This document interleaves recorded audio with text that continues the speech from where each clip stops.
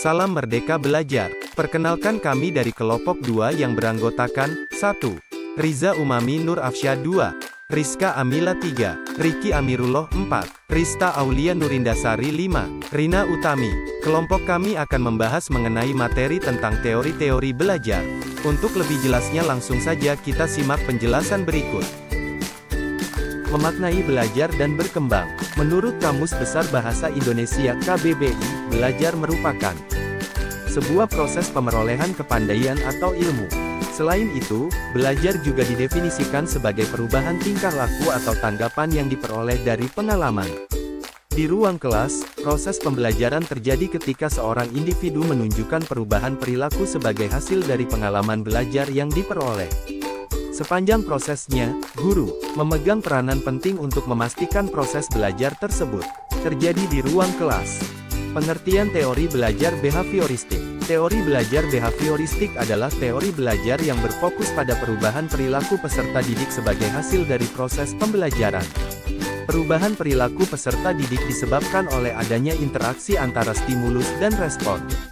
Stimulus tersebut berupa lingkungan belajar peserta didik, baik bersifat internal maupun eksternal, sedangkan respon merupakan reaksi fisik terhadap rangsangan stimulus yang diterima tersebut. Ciri-ciri teori belajar behavioristik. Secara psikologi, teori belajar behavioristik juga dikenal sebagai sebuah teori pembelajaran yang berfokus pada tingkah laku sebagai hasil dari pengkondisian lingkungan. Berikut ini adalah ciri-ciri teori belajar behavioristik. A. Mementingkan pengaruh lingkungan. B. Mementingkan bagian-bagian atau elementalistik. C. Mementingkan peranan aksi. D. Mengutamakan mekanisme terbentuknya hasil belajar melalui prosedur stimulus respon. E. Mementingkan peranan kemampuan yang sudah terbentuk sebelumnya. F. Mementingkan pembentukan kebiasaan melalui latihan dan pengulangan. G. Memunculkan perilaku yang diinginkan sebagai hasil dari proses belajar. Kelebihan teori belajar behavioristik. A. Mampu menumbuhkan kebiasaan para guru untuk bersikap jeli dan peka terhadap situasi dan kondisi belajar. B. Mampu membentuk suatu perilaku yang diinginkan dengan pengkondisian yang dilakukan. C. Mampu mengoptimalkan bakat dan kecerdasan peserta didik yang sudah terbentuk sebelumnya melalui kegiatan pengulangan dan pelatihan yang berkesinambungan. D. Mampu menghasilkan suatu perilaku yang bersifat konsisten terhadap bidang tertentu. E. Mampu membantu guru mengembangkan keterampilan belajar peserta didik yang meliputi berfokus pada kecepatan, spontanitas, dan daya tahan melalui praktik dan pembiasaan. Kekurangan teori belajar behavioristik. A. Cenderung membatasi kreativitas, produktivitas, dan imajinasi peserta didik. B. Bersifat teacher centered atau hanya berpusat pada guru. C. Cenderung monoton karena proses belajar yang berfokus ada pengulangan untuk membentuk kebiasaan belajar. D. Masih menggunakan hukuman dan penghargaan untuk membentuk perilaku peserta didik. E. Tidak mengakomodir kondisi belajar yang kompleks karena hanya beracuan pada stimulus dan respon. Tokoh-tokoh dalam teori belajar behavioristik. A. Teori belajar koneksionisme dengan tokoh Edward Lee Thorndike. B. Teori belajar classical conditioning dengan tokoh Ivan Pavlov.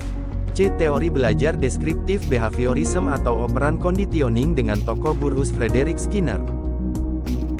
Pengertian teori belajar sosial kognitif. Teori kognitif sosial yang dikemukakan oleh Albert Bandura ini lahir berdasarkan kritik atas teori yang dikembangkan oleh ahli behavioristik. Teori ini menekankan peran penting dari faktor kognitif, lingkungan, dan perilaku dalam proses belajar. Bandura menyatakan bahwa orang belajar banyak perilaku melalui proses peniruan. Kita bisa meniru beberapa perilaku hanya melalui pengamatan terhadap perilaku model dan akibat yang ditimbulkannya. Proses belajar semacam ini disebut observational learning atau pembelajaran melalui pengamatan. Istilah yang terkenal dalam teori belajar sosial adalah modeling peniruan. Modeling lebih dari sekedar peniruan atau mengulangi perilaku model tetapi juga melibatkan penambahan dan atau pengurangan tingkah laku yang teramati, menggeneralisir berbagai pengamatan, sekaligus melibatkan proses kognitif. Berikut adalah ciri-ciri teori belajar sosial kognitif. 1. Fokus utama pembelajaran adalah peniruan. 2. Memahami bahwa tingkah laku model contoh bisa dipelajari melalui bahasa, teladan, nilai, dan lain-lain. 3. Peserta didik dapat meniru suatu kemampuan atau perilaku dari kejadian yang dialami orang lain atau dari hal yang diperagakan oleh guru sebagai model. 4. Peserta didik akan memperoleh kemampuan jika mendapatkan kepuasan dan respon rangsangan yang positif. 5. Teori sosial kognitif melibatkan berbagai proses pembelajaran yang meliputi memperhatikan, mengingat, dan meniru tingkah laku atau timbal balik yang sesuai, diakhiri dengan respon rangsangan positif. Tokoh dalam teori belajar sosial kognitif. Albert Bandura, seorang psikolog dan penggagas teori sosial kognitif. Teori belajar sosial, social learning theory, menurut Albert Bandura adalah teori belajar sosial atau kognitif sosial serta efikasi diri yang menunjukkan pentingnya proses mengamati dan meniru perilaku, sikap dan emosi orang lain. Teori ini menjelaskan bahwa perilaku manusia dalam konteks interaksi tingkah laku timbal balik yang berkesinambungan antara kognitif perilaku dan pengaruh lingkungan. Berikut adalah beberapa contoh penerapan teori belajar sosial kognitif di kelas. 1. Meminta peserta didik untuk merefleksikan pengalaman mereka melalui pembuatan jurnal atau laporan harian tentang kegiatan apa saja yang mereka lakukan. 2. Mendorong diskusi berdasarkan apa yang diajarkan dengan meminta peserta didik untuk menjelaskan materi pembelajaran di depan kelas dan ajak peserta didik lainnya untuk mengajukan pertanyaan. 3. Membantu peserta didik menemukan solusi baru untuk suatu masalah untuk mengembangkan cara berpikir kritis. 4. Meminta peserta didik untuk memberikan penjelasan tentang ide atau pendapat yang mereka miliki. 5. Membantu peserta didik dalam mengeksplorasi dan memahami bagaimana ide-ide bisa terhubung.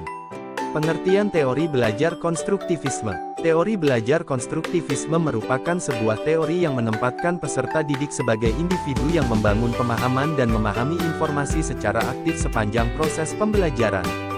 Tokoh-tokoh dalam teori belajar konstruktivisme. 1. Teori belajar konstruktivisme Jean Piaget. 2. Teori belajar konstruktivisme Vygotsky. Penerapan teori belajar konstruktivisme di kelas. 1. Mendorong kemandirian dan inisiatif peserta didik dalam belajar. 2. Guru mengajukan pertanyaan terbuka dan memberikan kesempatan beberapa waktu kepada peserta didik untuk merespon. 3. Mendorong peserta didik berpikir tingkat tinggi, high order thinking. 4. Siswa terlibat secara aktif dalam dialog atau diskusi dengan guru dan siswa lainnya. 5. Siswa terlibat dalam pengalaman yang menantang dan mendorong terjadinya diskusi. 6. Guru menggunakan data mentah, sumber-sumber utama, dan materi-materi interaktif. Kelebihan teori belajar konstruktivisme. 1. Meningkatkan kemampuan peserta didik untuk memecahkan suatu masalah. 2. Menjadikan peserta didik lebih kreatif dan mandiri. 3. Meningkatkan motivasi belajar. 4. Membantu peserta didik untuk memahami bahan belajar dengan lebih mudah. Kekurangan teori belajar konstruktivisme. 1. Keberhasilan pembelajaran bergantung pada kemampuan peserta didik. 2. Sulit diterapkan jika peserta didik mengalami hambatan kognisi. 3. Pendidik dituntut mengikuti keaktifan peserta didik. 4. Fasilitas harus mendukung. Pengertian teori humanistik. Teori humanistik mengarah pada sisi perkembangan kepribadian peserta didik. Pada teori humanistik dijelaskan bahwa belajar bukan sekedar pengembangan kualitas kognitif saja, melainkan juga sebuah proses yang terjadi dalam diri individu yang melibatkan afektif dan psikomotorik. Tokoh-tokoh dalam teori belajar humanistik. 1. Abraham Maslow. 2. Carl Rogers. 3. William Glasser. Berdasarkan teori humanistik, seorang pendidik harus mampu mengarahkan, menjadi fasilitator untuk mencapai tujuan pembelajaran. Ciri-ciri pembelajaran yang berlandaskan teori humanistik. 1. Berfokus pada aktualisasi diri individu. 2. Menitikberatkan bahwa proses merupakan hal penting yang menjadi fokus belajar. 3. Melibatkan peran aspek kognitif dan afektif dalam proses pembelajaran. 4. Mengutamakan pengetahuan atau pemahaman. 5. Berfokus pada bentuk perilaku diri sendiri. 6. Tidak ada yang berhak mengatur proses belajar setiap individu. Penerapan teori belajar humanistik di kelas. 1. Pada awal kegiatan belajar, guru mengidentifikasi kemampuan peserta didik dengan melakukan pengamatan atau penilaian awal. 2. Guru mendorong peserta didik untuk memahami makna dari pengalaman dalam proses belajar.